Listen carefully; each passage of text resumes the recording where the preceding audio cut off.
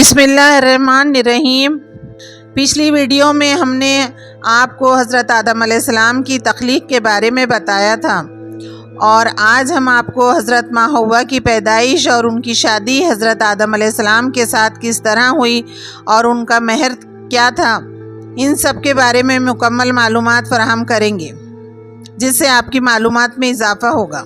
جب حضرت آدم علیہ السلام کو فرشتوں نے سجدہ کیا اور ابلیس انکار و تکبر کی وجہ سے مردود ہو گیا، تو حضرت آدم علیہ السلام جو خاک سے پیدا ہوئے تھے، آپ کا جنت میں کوئی ہم جنس نہ تھا، کیونکہ فرشتہ علیحدہ جنس تھے، اس لیے اللہ تعالیٰ نے آپ پر نیند کو مسلط کیا۔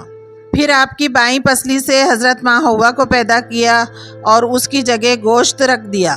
جب آپ بیدار ہوئے تو آپ نے اپنے سر کے پاس حضرت ماں حوا کو بیٹھے ہوئے پایا۔ پوچھا کہ کون ہے؟ انہوں نے کہا میں عورت ہوں۔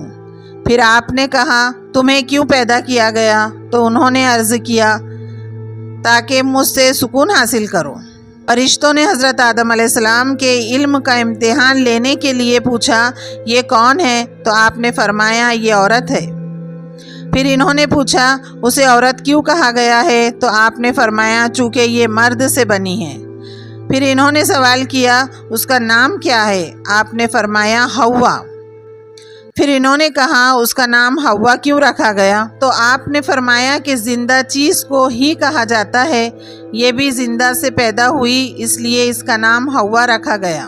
ایک روایت کے مطابق حضرت ماں حوا کی پیدائش فرشتوں کے سجدے کے بعد جنت میں ہوئی، اور دوسری روایت کے مطابق حضرت آدم علیہ السلام کا جسم زمین میں تیار کیا گیا اور اس میں روح کو داخل بھی زمین میں ہی کیا گیا، اور حضرت ماں حوا کی پیدائش بھی زمین پر ہی ہوئی، پھر دونوں کو جنت میں لے جایا گیا۔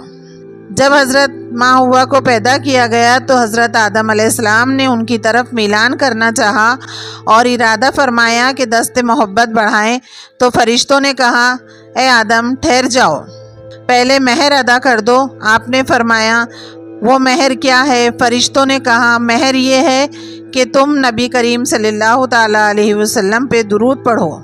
ایک روایت میں 3 مرتبہ اور ایک روایت میں 17 مرتبہ درود پاک پڑھنے کا حکم دیا گیا، یعنی اس مسئلے میں اتفاق ہے کہ آدم علیہ السلام کا مہر یہی تھا کہ وہ نبی کریم صلی اللہ تعالیٰ علیہ وسلم پر درود پاک پڑھیں۔ آپ نے درود پاک پڑھا اور فرشتوں کی گواہی سے نکاح ہوا۔ اس سے یہ بھی پتہ چلا کہ بے شک نبی کریم صلی اللہ تعالیٰ علیہ وسلم ہر موجود چیز کے لیے وسیلہ ہے، یہاں تک کہ آپ اپنے باپ حضرت آدم علیہ السلام کا بھی وسیلہ ہیں۔ دوسری روایت کے مطابق آپ کو اور حضرت ماں حوا کو شادی کے بعد فرشتے سونے کے تخت پہ بٹھا کر اس طرح جنت میں لے گئے جس طرح بادشاہوں کو عزت کی خاطر اٹھا کر لے جاتے ہیں۔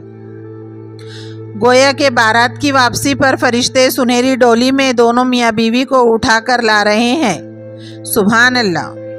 ایسی ہی معلوماتی ویڈیو کو دیکھنے کے لیے ہماری ویڈیو کو لائک، شیئر اینڈ کمنٹس کرنا نہ بھولیں، اور ہمارے چینل کو ضرور سبسکرائب کر لیں۔ اللہ حافظ۔